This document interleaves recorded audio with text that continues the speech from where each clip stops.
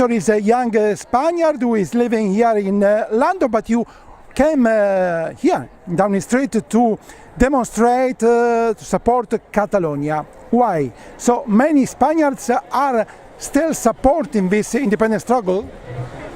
Well, I'm actually one of the organizers of the demo today, and the reason why we called it on Sunday was because what's going on in Catalonia at the moment, you know, the crackdown on democracy there, it should concern everybody living in Spain, because the conservative government led by Rajoy, the same repressive measures used today, you know, against Catalans could be used in the future against, you know, the population in the rest of the state to clamp down on any sort of opposition to his government. You know, a government that has implemented austerity for the last 7 years, that has worsened the living standards of the majority. And that's why we reject, you know, any narrative of this being a conflict between Spanish and Catalan people. Catalan people have marched, you know, in their millions for 7 years now, demanding a referendum. The Spanish government has refused to allow it to happen, in spite of repeated calls.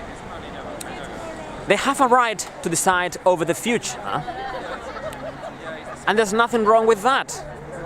In fact, we believe that a victory for the movement in Catalonia would strengthen the left in the rest of Spain by undermining Rajoy's government. And undermining also the monarchy?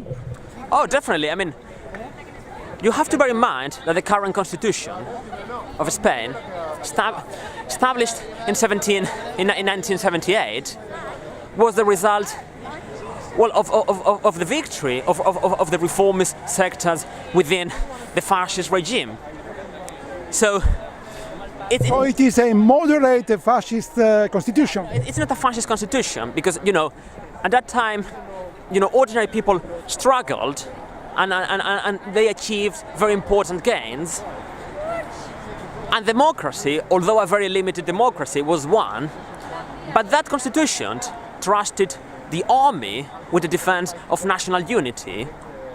And that means that, you know, a referendum won't be possible.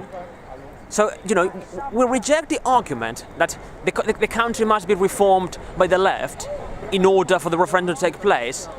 I actually believe that by taking place, the referendum has opened a scenario where the country can now be reformed if there's if there is a left wing that can, you know, take the lead and support the movement in Catalonia and help it to spread everywhere else.